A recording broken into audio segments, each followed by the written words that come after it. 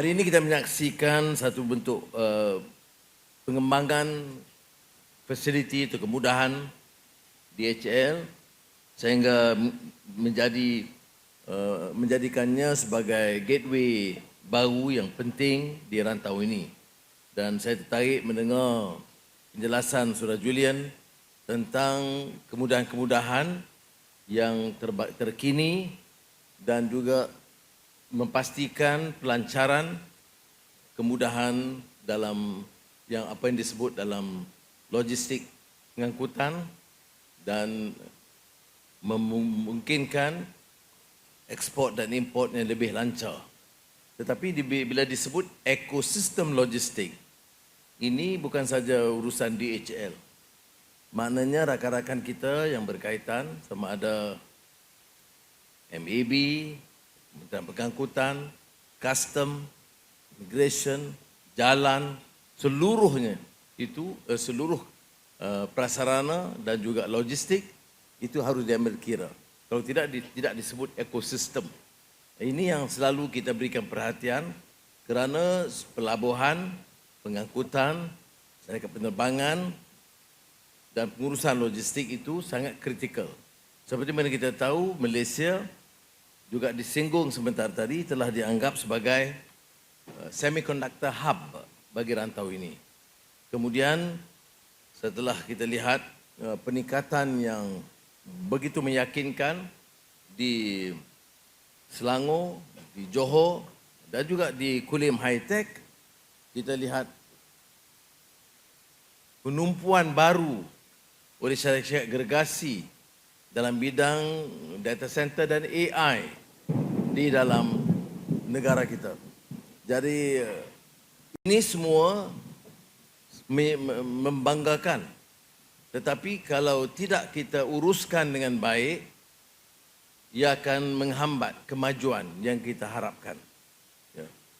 Kita tidak jangka dalam setahun ini minat pelabur besar itu telah meningkat dan angka-angka tambah meyakinkan.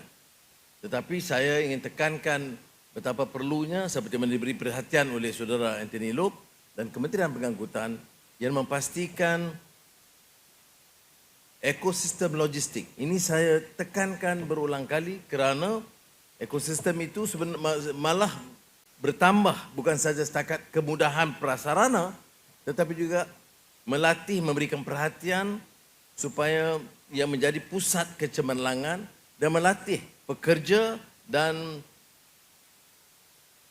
anak-anak yang tertumpu dalam bidang ini. Dan di sini saya ingin mengusulkan kepada DHL, saya harap Ken Lee dan Julian boleh beri perhatian sebab pelaburannya sudah meningkat. Kemudahannya itu menarik. Dan bagi pihak kerajaan dan saya percaya lebih lagi Menteri Pengangkutan memberi perhatian khusus dan dia di antara yang menggesa saya supaya hadir sebagai tanda menyokong dan memberikan perhatian kepada suatu prasarana yang penting bagi mengangkat keupayaan kita.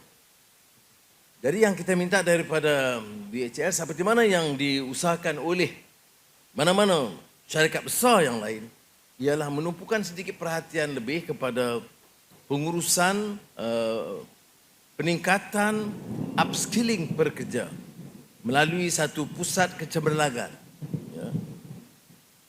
dan juga latihan yang lebih daripada kemahiran biasa. Upskilling ini kerana kita sudah tumpu dalam bidang automation, dalam bidang digital dan AI. Dan saya percaya DHL sebagai syarikat gergasi mampu mengupayakan anak-anak muda dalam bidang ini.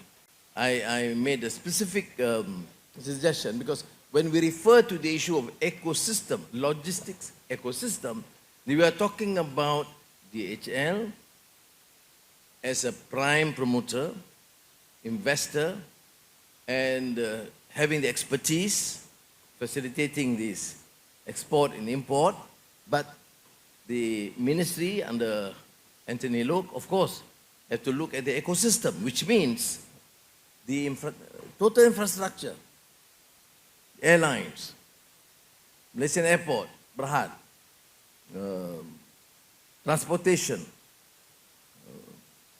roads, all associated with the need to facilitate and accelerate the process here.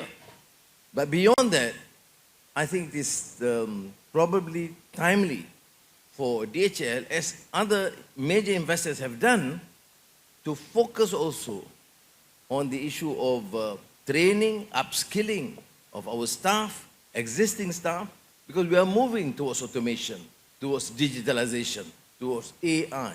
And the expertise is there with DHL.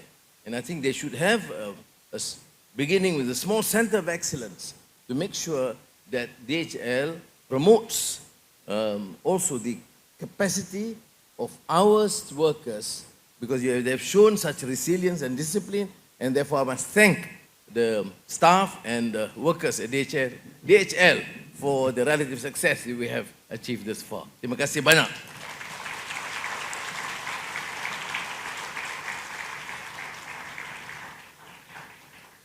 Saya tidak bercadang untuk menyebut hal-hal unjuran kita, kerana dalam belanjawan saya telah bicara panjang tentang pengupayaan kita, fokus kita, dan di antara yang kita berikan perhatian adalah dalam bidang perindustrian, pendigitalan, peralihan tenaga, semikonduktor, dan ini tentunya akan menuntut kemudahan-kemudahan yang saya sebut tadi, soal pelabuhan, soal pengangkutan, soal logistik ini menjadi tumpuan. Ya. Kalau tidak, di antara isu yang ditingkatkan ialah bila pelabur masuk ya, di Selangor atau di Kulim atau di Johor dan Sabah Sarawak umpamanya, dia akan lihat umpamanya keupayaan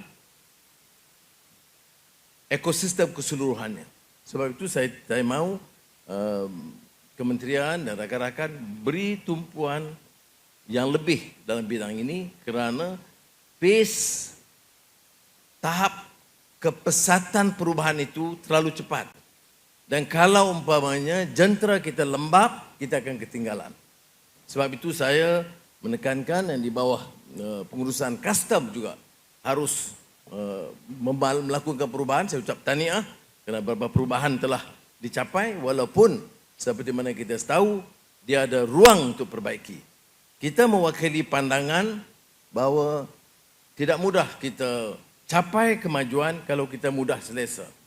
Salah satu penyakit baik pimpinan politik atau pengurusan ialah bila kita beri angka-angka yang memukau dan menyenangkan.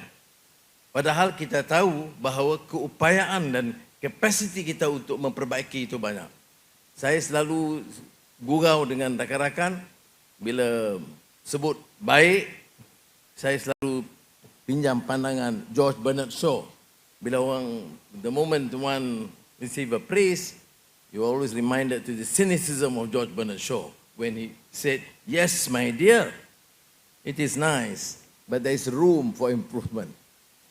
You will always emphasize the room for improvement, otherwise we will inherit that sort of tradition and culture associated with the culture of contentment or culture of complacency. You are easily contented. Now, we see countries, we see companies able to succeed because of the preparedness to effect change and the necessary reform, and not to be subjected by the old ways of doing things, even if it is proven to be lackadaisical or sluggish or slow. This is precisely the reason why I think we need to accept the fact that if we want to succeed, we must be prepared to effect change, reform, and do things better. Make a serious study and compare the relative success with other countries. We don't compare with the past. For example, level of anti-corruption drive, immensely successful compared to what? Probably some banana republics in Africa. Or do you compare to the best? Similarly, the expertise and the change, the relative success of many of our institutions must have what is termed as comparative advantage and compare to the best, not compare to the most sluggish or weak or mediocre. Then we will then record great successes. Jadi sebab itu saya rasa walaupun saya dah berumur tapi pemikiran saya masih muda dan mendesak supaya rakan-rakan bekerja lebih keras lagi.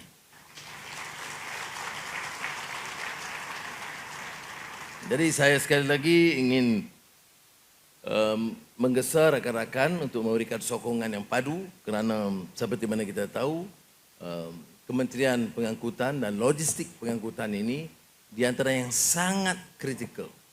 Dia dianggap sangat penting sebab itu kementerian ini dianggap di antara kementerian yang paling strategik dari segi pengangkatan keupayaan kita sebagai satu negara industri maju dan mendapat perhatian. Sudah tahu dalam bidang geopolitik pun kita ambil sikap yang sangat terbuka. Ya. Pelaburan dari Amerika Syarikat masih nombor 1 dan kita masih mendapat dan tarikan pelabur-pelabur besar Amerika Syarikat. Tapi sekarang ini hubungan kita dengan negara China sangat akrab dan sangat baik. ASEAN masih menjadi fokus utama. Dan baru-baru ini kita sudah menjurus juga ke teman-teman dan kawasan baru termasuk Rusia. Dan kita syukur alhamdulillah dengan mudah sekali bila kita bentangkan pelawaan kita kepada jawatankuasa BRICS, anggota negara 8 negara utama BRICS, Malaysia itu diberikan keutamaan paling mudah diterima sebagai anggota BRICS. Perdana Menteri Ethiopia, salah satu daripada 8 negara menjadi anggota awal, maklum kepada saya, dia datang melawat di sini, lawatan rasmi pada hari Sabtu, dan dia kata, Prime Minister Anwar, you'll be amazed to see the support, the friendship shown by all these leaders. When there were applications from the countries, they put Malaysia as number 1, proposed by Putin, who was the chairman, supported by Xi Jinping, endorsed by Modi, India, and then Lula's representative from Brazil, and Ramaphosa from South Africa. So immediate applause when Malaysia was named as a new member of BRICS.